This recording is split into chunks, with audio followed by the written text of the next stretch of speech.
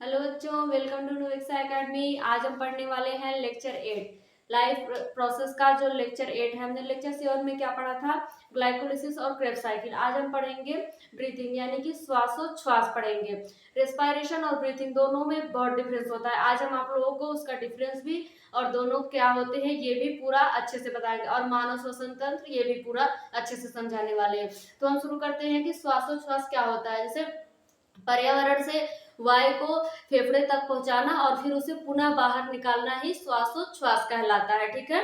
इसके दो प्रकार होते हैं, एक होता है निःश्वसन, एक होता है निःश्वसन। इन दोनों को आज हम आप लोगों को अच्छे से समझाने वाले हैं। अब हम आप लोगों को इसको लिख के समझाएंगे कि श्वासोच्छ्वास की परिभाषा क्या होती है और निःश्वसन और निःश्वसन दोनों क्या होते हैं। ठीक है, तो आप लोग हमारे साथ लिखने के लिए नोट्स और पेन लेके तैयार हो जाइए। चलिए लिखते हैं। हाँ, तो बच्चों हमने यहाँ पर श्वासोच्छ्वास की परिभाषा लिख दी है और उसके कितने प्रकार होते हैं इसको भी हमने लिख दिया है। अब आप लोग इसे अच्छे से समझ लीजिए। श्वासोच्छ्वास में क्या होता है? पर्यावरण से वायु को फेफड़े तक पहुंचाना व फेफड़ों से इसे पुनः बाहर निकालना ही श्वासोच्छ्वास कहलाता है। यानी कि जो हम सांस लेते हैं पर्यावरण से अपने अंदर और फिर उसे छोड़ते हैं, उसकी पूरी प्रक्रिया को ही हम क्या कहते हैं? ब्रीथिंग यानी कि श्वासोच्छ्वास कहते हैं। ठीक है। इसके दो प्रकार होते हैं, पहला होता है निःश्वसन, दूसरा होता है निःश्वसन। निःश्वसन और निःश्वसन बहुत अंतर नहीं होता है दोनों में, मतलब एक सिर्फ एक मात्रे का अंतर है बस। निःश्वसन और निःश्वसन दोनों यही इसके प्रकार होते हैं। और निःश्वसन जो होता है वो क्या होता है? वायु को फेफड़े में भरना निःश्वसन कहलाता है। यानी कि जब हम सांस को ऐसे करिए आप लोग, ऐसे सांस को जब हम खींचते हैं यानी कि जब अपने फेफड़े के अंदर सांस को भरते हैं उसे ही हम क्या कहते हैं? निःश्वसन कहते हैं। और जब वायु को फेफड़े से बाहर निकालते हैं यानी कि सांस को छोड़ते हैं उसे हम क्या कहते हैं? निःश्वसन कहते हैं। ठीक है। जब हम सांस को खींचते हैं इस तरह से, ऐसे करके जब हम सांस को खींचते हैं तो हमारा जो डायफ्राम होता है वो अंदर की तरफ होकर थोड़ा चपटा हो जाता है। ठीक है। फिर उसके बाद मस्तिष्क के मिडुला भाग में स्थित जो मतलब कि तंत्रिकाएं होती हैं वो उसे मतलब सिग्नल देती है कि हाँ अब मतलब जो है इसको मतलब कि सांस को छोड़ने की आवश्यकता है। तब जब सांस को हम वापस से छोड़ते हैं तो क्या होता है? निःश्वसन हो जाता है। यानी कि हमारे फेफड़े से जो वायु होती है वो बाहर निकल जाती है। जब हम सांस को खींचते हैं तो क्या होता है? निःश्वसन होता है। जब सांस को हम छोड़ते हैं तो निःश्वसन होता है। ठीक है। यही हमारा ये श्वासोच्छ्वास के प्रकार और उसकी परिभाषा और इसके दोनों प्रकार के मतलब क्या परिभाषा होती है, किसे कहते हैं, ये पूरा हमारा हो गया। अब हम आगे पढ़ेंगे कि ह्यूमंस में रेस्पिरेशन किस प्रकार होता है, उसका डायग्राम के साथ पूरा डिटेल में आप लोग इसे कर लीजिए। उसके बाद हम इसे रफ करके आगे बढ़ाते हैं। हाँ, तो बच्चों अब हम पढ़ेंगे मानव श्वसन तंत्र जो है ह्यूमन रेस्पिरेटरी सिस्टम, यानी कि मनुष्य जो होता है उसके अंदर श्वसन की प्रक्रिया किस प्रकार होती है और उसके प्रमुख अंग कौन कौन से होते हैं, ये सब कुछ आज हम पढ़ेंगे। ठीक है। अब हम स्टार्ट करते हैं। मानव शरीर का वह तंत्र है, मानव शरीर का वह तंत्र है जो शरीर को, हाँ, तो मानव शरीर का वह तंत्र जो शरीर को ऑक्सीजन पहुंचाता है और कार्बन डाइऑक्साइड बाहर निकालता है उसे हम श्वसन तंत्र कहते हैं। यानी कि जो ह्यूमन के अंदर जो है रेस्पिरेटरी सिस्टम जो होता है, यानी कि उसके जो श्वसन तंत्र होता है, सांस लेने की प्रक्रिया जो उसके अंदर होती है, उसमें जो है जो ऑक्सीजन होता है ऑक्सीजन को अंदर ले जाता है और कार्बन डाइऑक्साइड जो होता है उसे बाहर निकालता है। उसी प्रक्रिया को हम क्या कहते हैं? श्वसन कहते हैं। और उससे जिस तंत्र के द्वारा होता है उसे हम श्वसन तंत्र कहते हैं। आज हम उसी श्वसन तंत्र के बारे में पूरा पढ़ने वाले हैं, क्योंकि हम श्वसन की प्रक्रिया को आगे के लेक्चर में पढ़ चुके हैं। अब हम आप लोगों को श्वसन तंत्र के बारे में पढ़ाने वाले हैं। ठीक है। तो हमारा ये डायग्राम है श्वसन तंत्र का, देख लीजिए। यहाँ पर फेफड़े है, फेफड़ा है, नसिका, ग्रसनी और लैरिंक्स, श्वास नली, मध्यपट, एल्वियोलाई, फेफड़ा, ये मतलब कि सब कुछ हमने यहाँ पर बताया है। अब इसके बारे में एक एक करके आपको बताएंगे जो है। तो देखिए इसके जो प्रमुख अंग हैं, जो मेन पार्ट्स होते हैं जिससे हम सांस ले सकते हैं, जिससे मतलब कि अगर एक भी ना रहे तो उससे हमारी जो श्वसन की प्रक्रिया, जिससे हमारी जीवन चल रही है। अगर हम एक बार के जैसे कि अगर सोचे कि थोड़ी देर के लिए हम बगैर खाना खाए बगैर पानी पिए भी मतलब कुछ देर तक जिंदा रह सकते हैं, लेकिन क्या हम सांस लिए बिना कितनी देर तक जिंदा रह सकते हैं? ज्यादा से ज्यादा अगर कुछ लोगों की प्रैक्टिस होगी तो वो 10 से 20 मिनट, 25 मिनट या आधा घंटा, जहां तक मुझे मतलब कि अंदाजा है कि आधे घंटे से ज्यादा वैसे कोई बिना सांस लिए नहीं रह सकता है। ठीक है।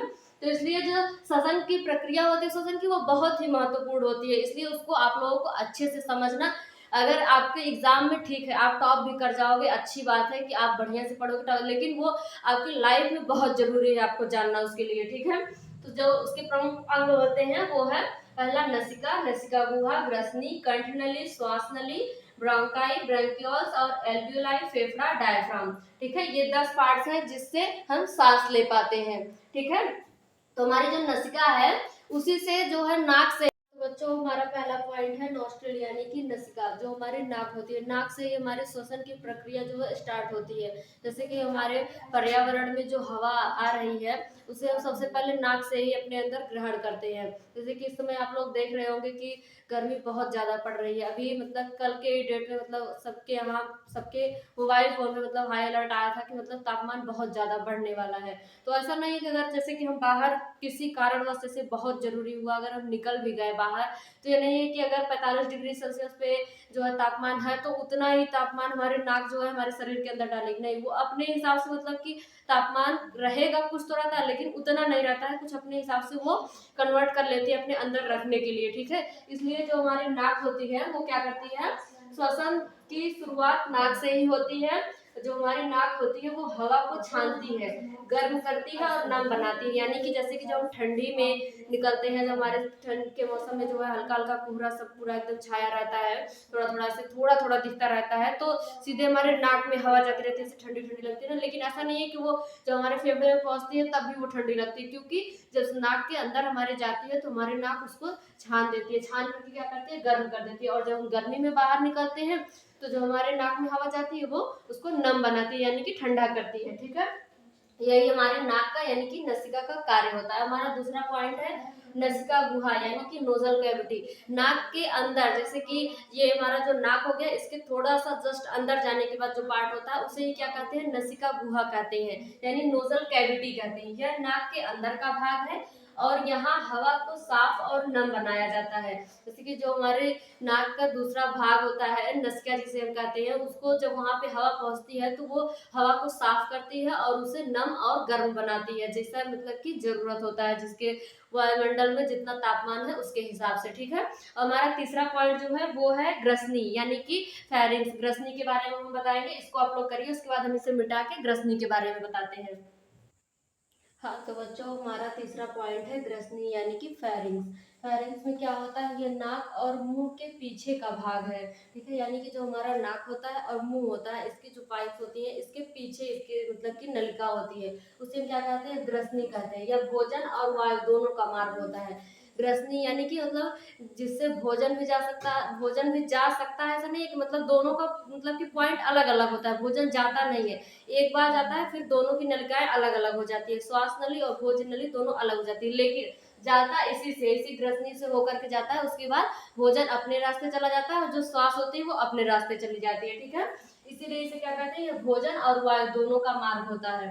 और चौथा पॉइंट है हमारा कंठ नली यानी कि लैरिंक्स, जो हमारे के मतलब आवाज के लिए जो नलिका मतलब की महत्वपूर्ण होती है उसे हम क्या कहते हैं, कंठ नली या लैरिंक्स कहते हैं इंग्लिश में।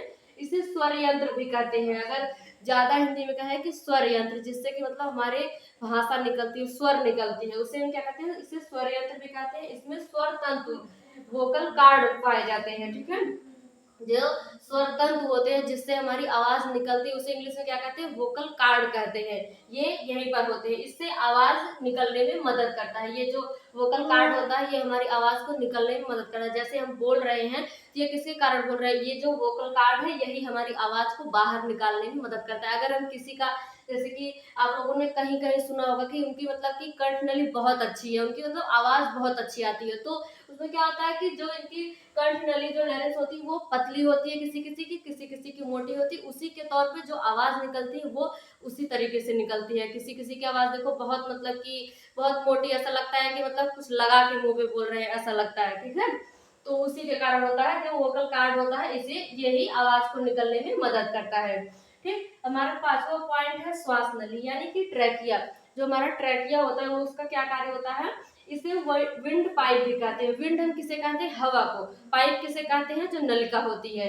विंड पाइप यानी कि हवा की नलिका, जिससे हमारे सांस जो होता है वो बाहर जा मतलब कि बाहर नहीं, फेफड़े के अंदर जाता है। यही जो हमारी ट्रैकिया होती है यही हवा को फेफड़े तक पहुंचाती है। और एक बात और, इसमें जो है यहाँ पर देखिए आप लोग डायग्राम में जो है यहाँ पर ये सी आकार के जो ये दिख रहे हैं ये कार्टिलेज सी आकार के होते हैं सी। हाँ, तो हमारा अगला पॉइंट है 6 पॉइंट जो है वो है ब्रोंकाई। जो है ब्रोंकाई में क्या होता है, यहाँ श्वास नली दो भागों में बढ़ जाती है। यहाँ पर जैसे जो श्वास नली आ रही है, यहाँ पर देखिए आप लोग इस डायग्राम में, यहाँ पर श्वास नली आ रही है, फिर उसके बाद ये दो भागों में बढ़ जाती है। यही श्वास नली दो भागों में बढ़ जाती है, उसे क्या कहते हैं, हम ब्रोंकाई कहते हैं। ठीक है, किस क्या नाम होता है उसका जिसमें बढ़ती है, दाया ब्रोंकाई और बाया ब्रोंकाई। ठीक है, एक दाया ब्रोंकाई हो गया, एक बाया ब्रोंकाई हो गया।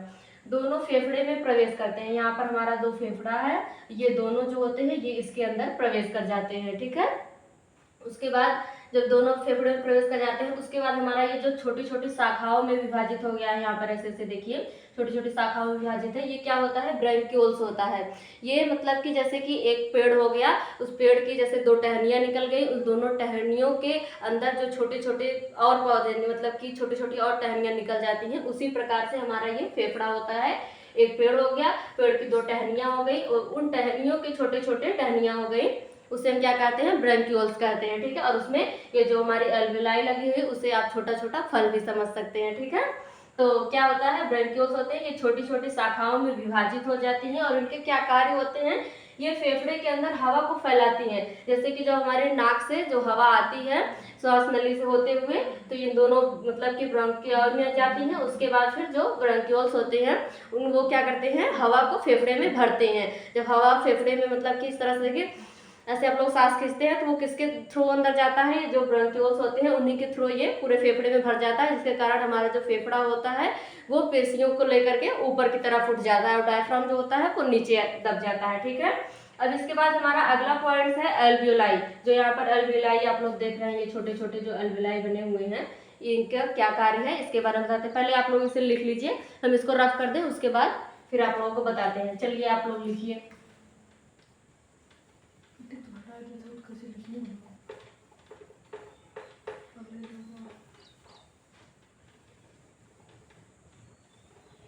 अब हम आगे क्या पढ़ेंगे, एल्वियोलाई। ठीक है, हमारा क्या पॉइंट है आगे, एल्वियोलाई।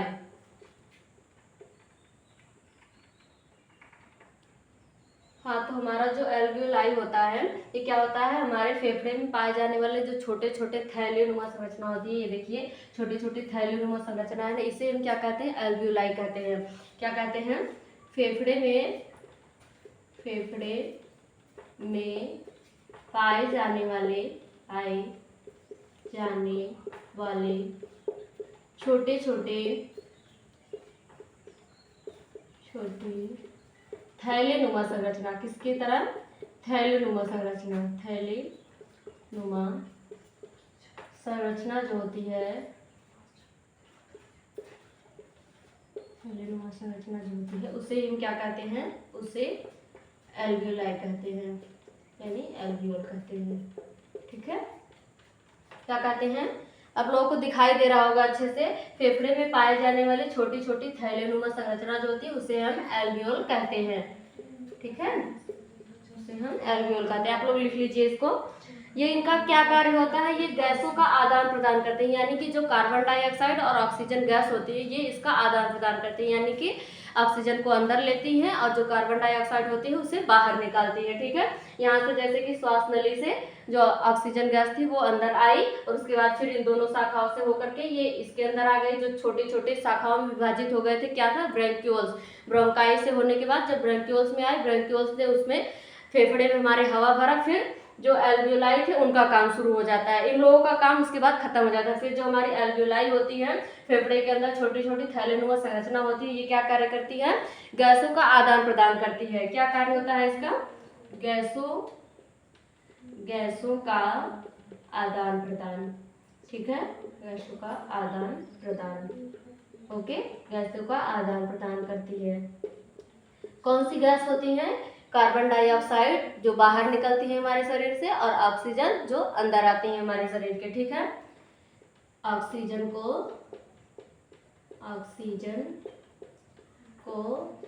अंदर ले आती हैं,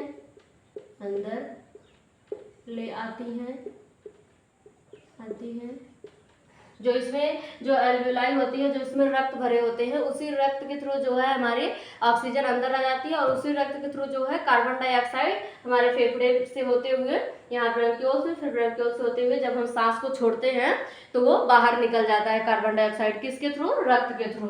ठीक है, अंदर ले आती हैं और कार्बन डाइऑक्साइड को और कार्बन डाइऑक्साइड को बाहर निकालती है। ठीक है, कार्बन डाइऑक्साइड को बाहर निकालती है। ठीक है, आप लोग इसे नोट कर लीजिए। उसके बाद हम आगे का टॉपिक, हमारा जो आगे का पॉइंट है हमारा वो है लंग्स।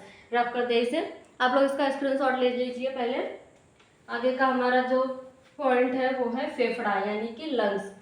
ठीक है, लंग्स हमारे कितने होते हैं? ह्यूमंस में कितने लंग्स पाए जाते हैं? आई होप 2 ही पाए जाते होंगे, तो हम उसके बारे में पढ़ेंगे। यही हमारा लंग्स है जो यहाँ पर हमने डायग्राम बनाया है लंग्स का। दायां लंग्स और बायां लंग्स, 2 हमारे लंग्स होते हैं और इसके बारे में पढ़ेंगे। ठीक है, क्या है? फेफड़ा यानी कि लंग्स।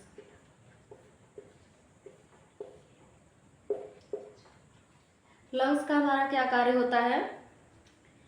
लंग्स जो होते हैं, मनुष्य में 2 फेफड़े होते हैं और ये स्पंजी होते हैं, यानी कि जैसे हमने यहाँ पर बताया था श्वास नली जो होती है ये थोड़ी सी हार्ड होती है, यानी कि दबती नहीं है। लेकिन जो हमारा लंग्स होता है अगर उसे मतलब हल्का सा भी पुश कर दिया जाए तो वो दब सकता है। इसीलिए उसको कहाँ पे, जो हमारे रिब्स होते हैं यानी जो पसलियाँ होती हैं उनके मतलब कि अंदर होता है। ठीक है, वो उसके अंदर थोड़ा मतलब कि उसको जो है जैसे ज़्यादा दबाव ना पड़े जिसके कारण, इसलिए उसे हड्डियों के ढांचे के बीच में रखा गया है। ठीक है, जहाँ पर हार्ट और ये लंग्स जो है हमारा फेफड़ा जो होता है वो पीछे के साइड होता है, दोनों वहाँ पर सुरक्षित पड़े रहते हैं। इनमें मतलब कि ज़्यादा दबाव ना पड़े क्योंकि ये स्पंजी होते हैं, बहुत ही मतलब कि सॉफ्ट होते हैं। अगर थोड़ा सा भी ऐसे प्रेशर से कि अगर मतलब कि आप लोग अगर आगे आप लोगों को नीट करना है, अगर आप लोग MBBS करने गए तो आप लोगों को वहाँ पर बताया जाएगा, जैसे कि लंग्स तो वहाँ पे हाथ में भी देते होंगे जो है, उसको अगर थोड़ा सा भी इतना सा भी मतलब ऐसे कुछ किया जाए ना तो वो दब सकता है। लेकिन जो हमारी श्वास नली और ये सब होते हैं ये इतने मतलब कि हल्का कठोर होते हैं, सिर्फ जरा सा मतलब कि जोर से वो नहीं दबने वाले हैं। ठीक है,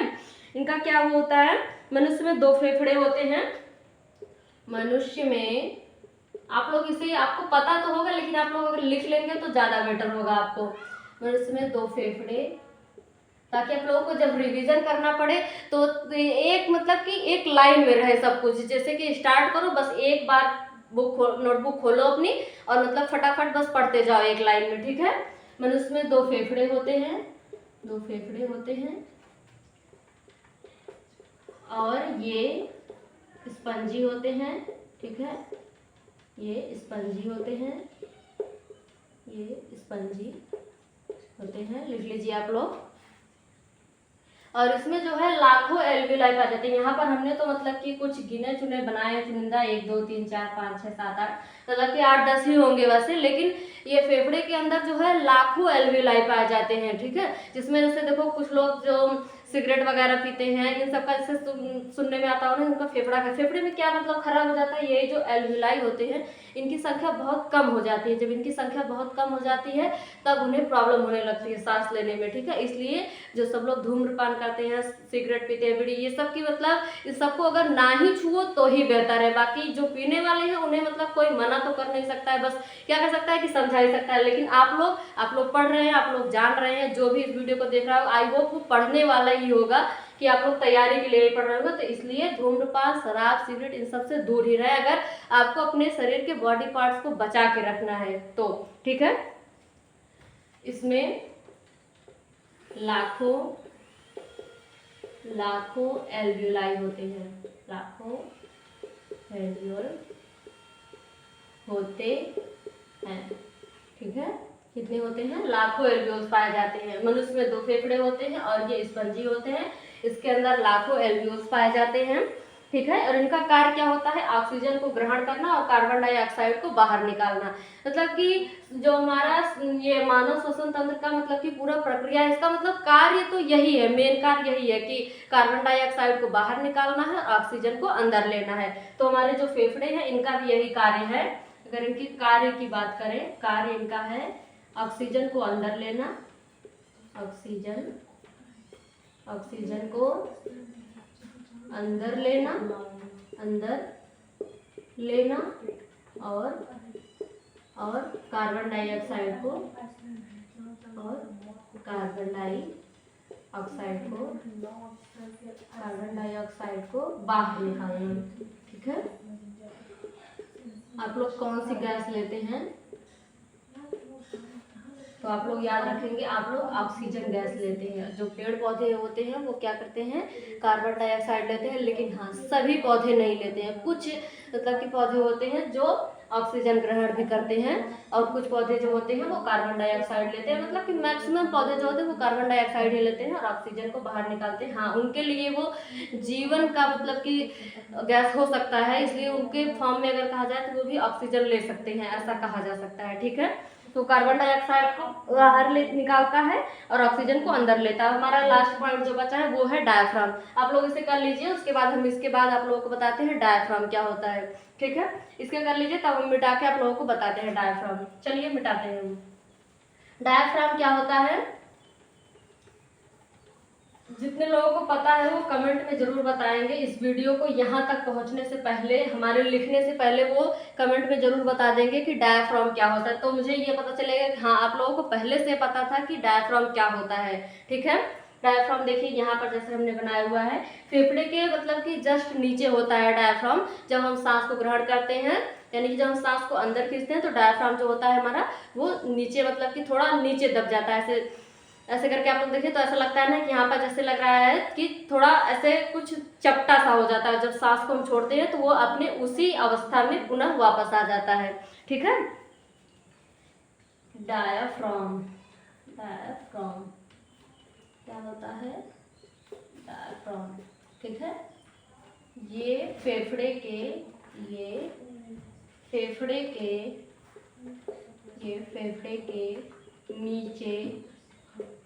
नीचे स्थित होते हैं,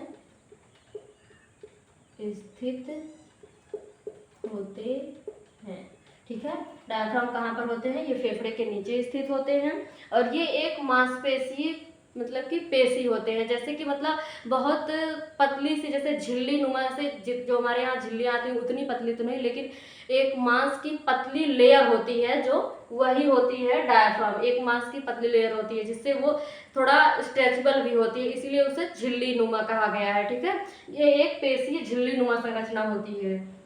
ये एक मांसपेशी झिल्ली नुमा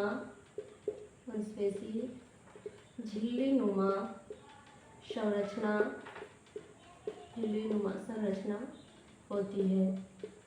ठीक है, क्या होती है आप लोग इसे लिख लीजिए। ये फेफड़े जो होते हैं, ये फेफड़े के नीचे स्थित होता है, और ये एक पेशीय झिल्ली नुमा संरचना होती है। ठीक है, ये सांस लेने और छोड़ने में, इसका मतलब कि मेन कार्य जो होता है, ये सांस को अंदर लेने और छोड़ने में बहुत ही मददगार होती है। अगर जैसे कि अगर डायफ्राम ना होता तो सोचिए आप लोग सांस ले पाते? ठीक है, आप लोग फेफड़े से लेते, लेकिन इसका डायफ्राम का भी बहुत मतलब कि मेन रोल बहुत ज़्यादा इसका भी होता है सांस लेने और छोड़ने में। अगर इसके कार्य की बात करें, कार्य ये सांस लेने और छोड़ने में मुख्य भूमिका निभाता है।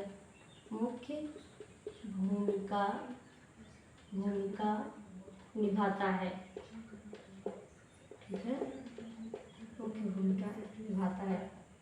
ठीक है, तो यहाँ पर हमारा डायफ्राम का जो टॉपिक पॉइंट है वो खत्म हुआ। टॉपिक हमारा था मानव का श्वसन तंत्र। तो मानव का श्वसन तंत्र जो है वो हमारा समाप्त हो चुका है।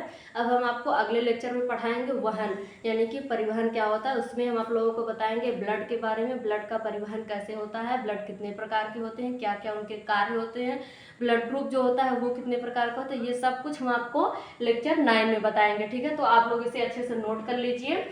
ठीक, आप लोग इसे नोट कर लीजिए उसके बाद। ठीक है, तो और हमारे एक बात और, हमारे जो इस चैनल को जो भी लोग देख रहे हैं हमारे इस नोविक्सा एकेडमी चैनल को सब्सक्राइब जरूर कर लें, जिससे हम जो भी वीडियो बनाएं वो सबसे पहले आप लोगों तक पहुंच सके। और हमारा नवोदिक्षा एकेडमी के नाम से टेलीग्राम पे भी चैनल है, जिसपे हम डेली क्वेश्चन डालते हैं। इन मतलब कि जो हम लेक्चर पढ़ाते हैं उस लेक्चर से रिलेटेड क्वेश्चंस डेली पढ़ते हैं। अगर आप लोगों को वो चाहिए, जरूरी हो आप लोगों के नोट्स और ये लेक्चर्स, तो आप लोग टेलीग्राम पे ज्वाइन कर लीजिए, जिससे आप लोगों को वो भी प्रोवाइड कर सके। धन्यवाद। अब हम इस लेक्चर को खत्म करते हैं, मिलते हैं अगले लेक्चर में।